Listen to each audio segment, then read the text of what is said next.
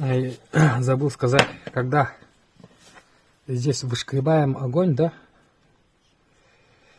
надо здесь упор делать, вот как указательным пальцем. И не гнуть его, да, чтобы он сломался, а просто придерживать.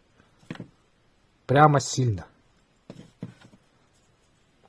И вышкребать. Короче, здесь он утончается каждый раз. Уже тут поскрябал. Покажу на другом. Вот покупной. И вот тут вот засечка есть. Если отсюда смотреть, то он как-то... Сейчас покажу. Он угол есть. Соответственно, здесь остроту надо соблюдать вот эту сторону. Ну, тут и тут. Напильником прошел сюда и все.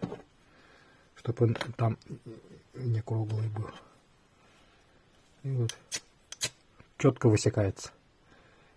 И прям он весь утончился. Я на горний газ так делаю.